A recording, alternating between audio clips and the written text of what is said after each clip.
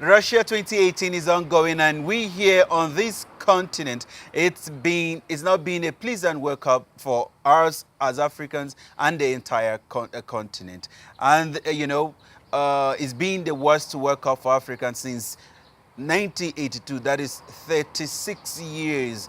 Non-African team were able to advance to the next stage. Wow. It's a very sad tournament indeed. And to join me in the studio talking about all things football in Russia is the usual suspect, and that is Simeon. How are you doing, sir? I'm fine. Good morning. Good morning Good to day, you. Fuya, and I'm glad to be here once again. All right. Just tell me about your highlights for yesterday's matches. Yeah, my highlight is not something that I actually expected in the case of Senegal. Yeah. Because I believe they have the chance to progress, so they squander the chance so that they have. So I feel But sorry for them. you see that we emphasize a lot about these mistakes, and we talk about that on this show a lot. We talk about how if you see the other teams are making mistakes, then you should be able to rectify their mistakes with your own team. And that happened. I'm still talking about Senegal and Japan. That was where they missed it. They were supposed to beat Japan, defend the lead, and they get 3 points. That is 6 even points. against Colombia, they have their chance to beat Colombia. If you look at the first half, they play more and they have more chances, and they were able to force out their midfielder, which is in Ernest Rodriguez. So they were able to control the midfield, they were able to control the attack, but they missed all their chances. And one chance that Colombia have, they score. And that's the difference between experience and non-experience. Experienced team, and that is what I've been saying. That is what we've been hammering upon, that these teams, when you have one opportunity, you have to make use of it. And then they played very well. When they started the game, they played very well. But, I mean, at the end of the day, the experience wasn't there. And now it's becoming is a tournament that is the worst tournament for African nations for 36 years, since 1982. At least we have one African team within that period that will advance to the next round of the World Cup. And in this tournament, we've seen all the 5 African teams representing us in FIFA, all of them gone in the first group stage. I think also the preparation from those African countries, I think it also contributed to most of their performances. So maybe they just feel like it's a walk pass tournament for them. Maybe they believe too much in their personal individual. So I swear. So what is the problem to African teams in Russia? Because I mean, a lot of people will say that in this tournament we've seen. To me, I believe the World Cup has evolved. Football has evolved, because we've seen the likes of Iceland coming into the World Cup for the first time. At least they were able to play to get a point against Argentina.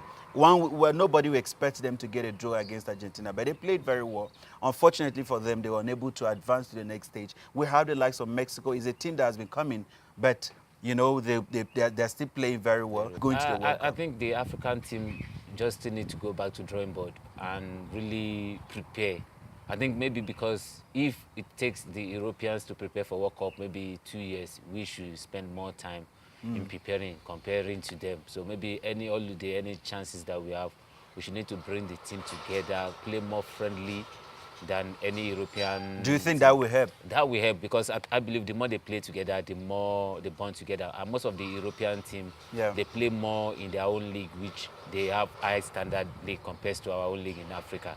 So I think if they put more effort in training, they put more effort in coming together. Maybe if it is not matches, they just be that get together to bond them together, to make them feel welcome. Not one person arriving 2 days to the tournament, another person arriving 1 week to the tournament.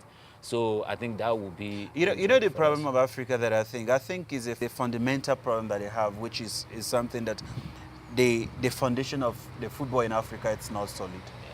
One will argue that, the likes of Germany, you look at the kind of academies that they have in Germany, in England, that is helping them a lot. They are seeing young players that are coming. We can see the continuity in the team. I remember the German under-21 side of 2009. Okay, then Jerome Boateng with the likes of Muller, the likes of Toni Kroos. Those guys, they came from that junior team, and then the continuity was there. They have to draft them in the national team, and we can see that they were able to win the World Cup in 2014.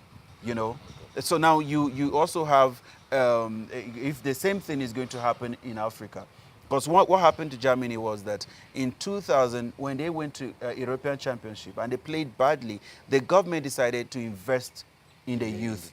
You know, in the youth. They say they wanted to invest in the youth. And that's why you see there under 17, 13, under 21, they're very solid because they believe in when you invest in the youth, then you can be able to they will graduate into the national team, and then we are seeing the result on the national side. But I don't see that happening here. But in Africa, you know, we lack that so much when we talk about continuity. So all we look at for in Africa is who is reigning, who is playing now, who is the media talking about now. So and those are the people who want to bring it together and play for us. So that's why I spoke about let there be coming together of players on a regular basis. Let there be this love binding them together. Let there be more matches between them. Let there be more friendly between them. If Europeans contract playing 2-3 friendly match according to FIFA, let us play more friendly match to bring them. Let us just form any tournament to bond these people together. No, you know the thing is that I agree. I understand where you're coming from, but why I'm talking about this thing is that if you look at the Nigerian team, for instance, the Nigerian team of 1990 to 2002, we had a very solid team. And what happened is the players, the likes of Kanu Nwankwo, Wisin Oroma, the players that represented us in Japan 1993, they were able to graduate. They graduated from that, you know, to the senior Olympics, to the senior team, and then the continuity was there. And in that tournament, we were able to see these guys perform very well together because they were playing with their friends, the people they've been together with, the people they have the understanding. So you know the connection was there. But then when you have to go bring a player because the player is playing in Egypt or is playing in China or is playing somewhere else, and then the bond is not there. Then when they come, the understanding, it's not there because they don't play together. They don't understand themselves, you know. And I think it's one of the things that is helping Argentina as well. They might not want to win the World Cup yet, but if you look at from 2005, the same team that has been playing Nigeria are the same team that is still playing now. So meaning if you've understand a country for more than 13 years now, and then so Di Maria knows who Nigeria is. It's so true. And so it's what we Messi, they've been playing, and Mikel said after the game that I thought I've had Messi this time. So because he has never because he has been playing against them for a long time. The likes of Aguero, the likes of Di Maria, Messi, they've been together for a long time. And it's one thing that I want to see the African teams to start doing, because you know, when they go to this junior championship, like the under-17 World Cup, the under-21 World Cup, and all that, when they go to those tournaments, the players understand themselves. So I see us to have that continuity, the consistency from the junior players should be able to transfer. You should be able to transfer that to the national team. Then you will see results. See the wonderful team that we had then in 2005. When the likes of Mike, Ogbuke, Solomo, Isaac Promise, Isaac Promise. One we were expecting, not just that, Trinidad and Tobago in 2001, who had the likes of Victor Brown, Okpabo Mia and all that. We wanted to see those players in the national team. Then when it comes to 2005 also, we wanted to see all those players, all of them playing together, bring them. You might not bring the entire team, but then 4 or 5 players that have that understanding so that they'll be able to complement each other. And then we're not seeing that in Africa. I don't really think maybe not bringing all of them. If they are good, they are good. Because if you look at the likes of Germany, if you look at the likes almost all of them are coming. If you look at the likes of Spain. Look at Spain. Look at the likes of England. Currently, the current people playing in England are the under 20 who graduated to you know what, I was going through something. I was going through something and I saw something that amazed me. I saw something that the likes of Iniesta, if you check the entire Spanish national team, all of them play under 15, under 15, 17. In 2005. Under 17, 15, and the 21 and all that. So they are not strangers to each other. They are very familiar with each other at the national level. On the club side, they also understand how each other play. And then they have that understanding, which is why their teams have been successful in recent years. It's something that I see on this continent. We really need the bonding of players. It's not more about, because we think they are professionals. They need to work. They just go there and they do your job. It doesn't work that way. But we need that bonding in Africa to make a strong team, to be able to challenge for the against the because Senegal have a very good team, trust me. They do have a very good team. But I can tell you that the good team that they have, some of them don't understand themselves. Yeah, if you look at the first half, if you look at the first half, you see the likes of Mane. He almost lost his anger on the players, because when you play some kind of pass, you expect the players to understand yourself. And I was telling somebody off camera yesterday that he dare not give Salah this kind of chances. They will score. And if you look at those people, they play like a friend. When they they're lose, in the club side, they are the together. Yeah. If Salah is control ball, Mane knows where he's going. If Mane control ball, Firmino and all that. In club side, they understand. And the same thing affected Salah in Egypt team. So that is what we're talking about. When you are playing in the national team, there should be that continuity of the players. And we've been talking about that a lot of times on this show and everywhere else that I've been talking about this. I say to them, we need to have this foundation in Africa. Let's lay the foundation for the kids that are coming up, because as they are graduating, you're promoting them. They are coming with the understanding that they are not just being, they're being friends, they're being family. That's why I'm tipping Brazil to win the World Cup, because Brazil right now, look at the players. Coutinho grew up with Neymar. Yes. They are together with William. Yeah. They understand. Paulino, they started playing in their league. Rubio, all of them. They started playing in their league. They have the understanding. All of them understand each other. So when they go on the field, it's about, I love them when I see them training. Because you see them, they're training like family, playing, doing everything together. Those are the kind of things that we need here on this continent. And even in their different club, if you listen to them, when a club is about to sign a player, you heard him saying, I consulted so person first, my friend. I spoke to him first before I make my decision. And this one will be saying, bring that the one unity to come is and there. join me. So you could see that they're always looking out for themselves. So, and there's no how you'll be playing with such a person and you won't feel free to prove yourself and anything. I think that's where we have a problem on the African continent, is that when the players, some of them are playing in the club sides and they're fortunate to be anywhere they're any. Some of them, the ego is there, but look at them, David Lewis, Kennedy, and William. They have a restaurant in London. Yeah. All the Brazilians are going there. Even before the World Cup, they all went there. Yeah. When they were training in England, they all went there. That is what we're talking about. That is a family. Where they are living like a family, like friends, like people that have been together for a long time. And that, they will take that to the national team. There's no, I play for Manchester United, you play for Liverpool, I am more than you. Yeah. They don't have that such competition because they know where they're coming from. Yeah. And when they're there, they know their mission is to defend the color of their nation, you see. But then when it comes to Africa, on this continent, you're bringing Mane from Liverpool, you're bringing Keita Balde from Monaco, you're bringing them from different places because they're playing in Europe. Yeah. Then you're forgetting the guys that were together, that some of them actually suffered for you to qualify to be in this tournament. You have to ditch them because you have players who are playing for big clubs. And then they're not together. They don't understand themselves. Yeah. Now look at how we humiliated ourselves in the World Cup. One will argue that they tried. Yes, some of them get 3 points here and there. Senegal got 4 points. Yeah. But they should have. We expected more from Senegal. Yeah. Senegal was supposed to be more of solid team than progress. You understand? Group, so they just squandered that opportunity, which I don't think they will have such an opportunity in the next World Cup. We're having a problem on this continent. Now the problem on this continent, like we said, is that let's try and build these people from the grassroots, because without doing that, we will not have anything. It's affected Cameroon football. When Cameroonians national team, the old players retired. Yeah. When they were old and they all retired, then the Cameroon team could not have anybody to replace them, because they are not bringing the young ones who are doing very well to go into the senior team. The question we need to ask ourselves is, how many African countries has an academy?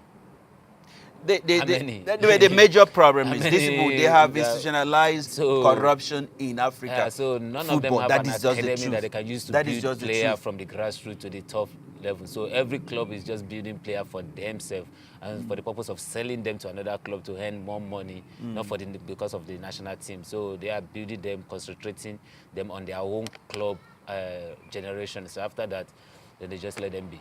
No, but it's bad. No, it's so bad. Like, we have so much talent on this continent, and it's just so unfair that we can go into a tournament as the World Cup and not even one single team. 5 people representing us. Other continents are not that fortunate to have 5 slots in the World Cup. We had 5, but then the 5 that went there were just We're just a disgrace to maybe, this maybe I would continent. suggest maybe African continent should just write a letter to FIFA. Should just give them a break. Maybe just stay away from They World need Cup to. for We need to for like restructure. No, like 5 or seriously. 10 years. Then for them to restructure. Seriously, we need for them to be ready, restructure because they the are not football ready yet. on this continent. Because this thing is becoming a shame, where we have solid players. Look at Nigeria, with such talent that we have in Nigeria. Look at the players. So on the junior level, we praise these kids when they are doing very well. But then when it gets to the national team, it's about the player who's playing in Slovenia. It's about a player who's playing in Japan, playing in China. You bring players. How about these guys who are suffering, who are playing very well? Why are we not giving them a chance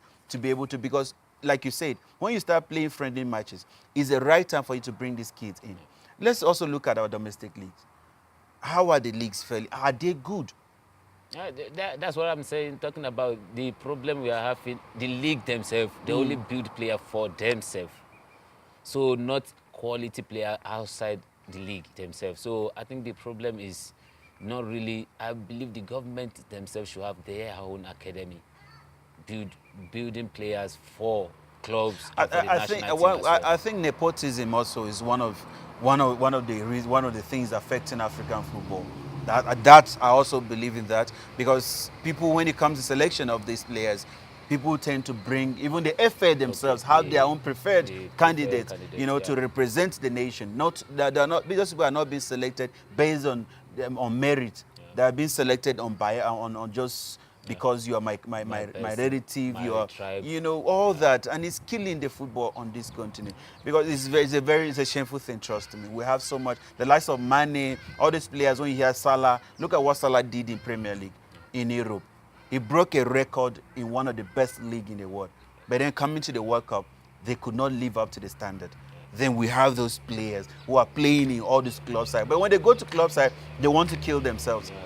It's I'm taking it so personal. Forgive me if I'm taking it so personal. No, because it's a problem that is eating us up. We actually need to take it personal. It's something we need to talk very much about. To take it personal, because like we spoke about, look at the Belgium team as well. They are young people who also play around together, who support themselves together. You see most of them playing the same club, and from the help of this person, this one is playing in the other club. So I think the unity in Africa as well, among the crew, among the team, among the it's not there. The staff, I think they need to really work on that. The one quick thing, when a player comes from Colombia and he meets players who are from Brazil, maybe in Premier League, those ones will make him feel welcome. Those ones will bring him in, and they will teach him around, showing him how things are being done. But that is not the case with African players.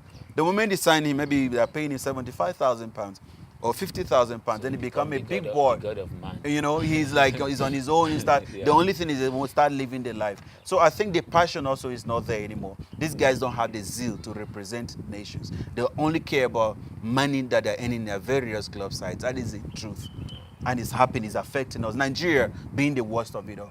Because those guys, they don't expect to be where they are. The moment they get that money, then their life, they become the mini god. And I also think maybe the next thing Nigerians should, or African countries should do, is to retain their coaches, retain the same players, and keep them from now. Let's have the continuity. Build them for the next tournament. I had a discussion with a friend of mine, and I was telling him, what I was saying to him was that I did not even see the need of us hiring a foreign coach.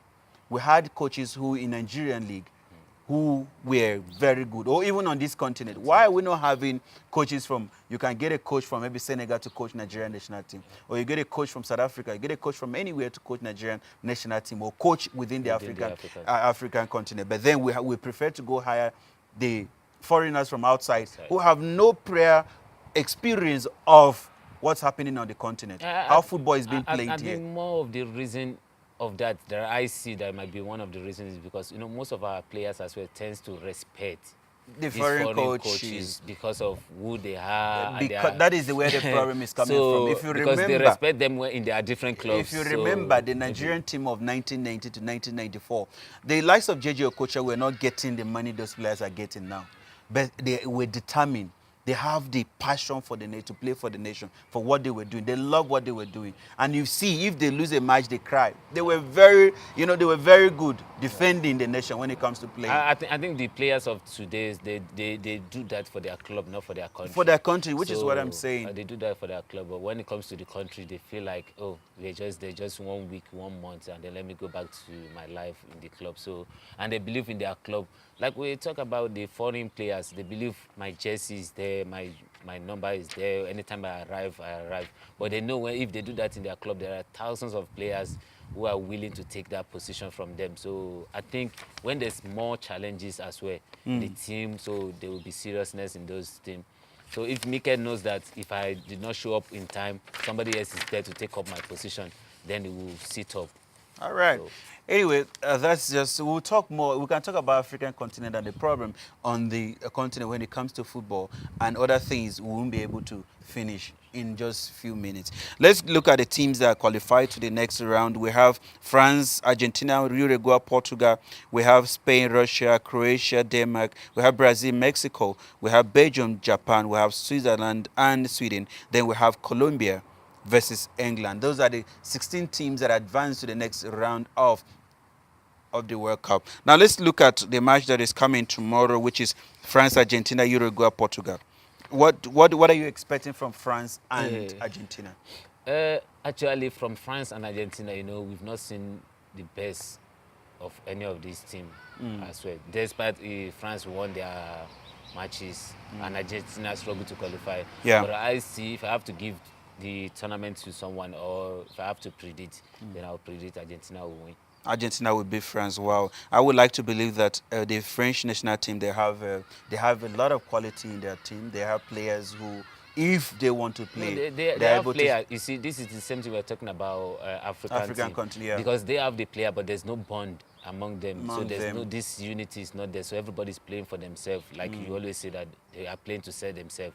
So, but when we look at the likes of Argentina, the way they play against Nigeria shows that they've really come together, and now they are willing to fight for their country, not for an individual glory anymore. All right, so you see Argentina going with that one. Well, it's going to be a difficult one. This is a stage where you cannot, it's very hard to predict because, I mean, somebody can do anything. They can go into extra time, and then on penalties is anybody's game. So it's hard to predict. Then Portugal and Uruguay is another tough match. Yeah, it's another tough match, but I'm seeing Uruguay winning. I'm seeing Uruguay winning not because of I think they're spectacular, but because I think they are complete. They're more together. They are more together. They are complete. And this is the same thing we're talking about since 2002. I think since 2002, this same player has been playing together. Cavani and the likes of Suarez, the likes of all their defenders, Godin, Sebastian, Costa, all of them, they've been playing together. So, and they have more of defense, solid defender than Portugal. So, and then Portugal depend more on what is it called, Ronaldo. And if these people can be able to make him quiet, then I think they will beat Portugal. Oh wow! All right, that is. I mean, those are the games that are coming on your way tomorrow. Then on Sunday we have Spain, Russia, Croatia, Denmark. Monday we have Brazil versus Mexico, Belgium versus Japan. Then on Tuesday we have Sweden versus Switzerland. Then Colombia versus England. But then we'll be talking more about these games as they come. We're going to be talking about France and Argentina. All the games that are taking place over the weekend, we're bringing everything to you on Monday. Thank you so much, Simeon, for coming in once again. We'll be looking forward to talking more about these games as it comes on Monday, and the ones that have been played tomorrow and Sunday. We'll be talking about all of them on Monday with my colleague Simeon here. And to the viewers out there, thank you so much for watching your World Cup special. It's another disappointing, show for us here because we don't have any African team representing us again in FIFA World Cup 2018 in Russia. We'll see you again on Monday, same time, same station. Do have a wonderful evening.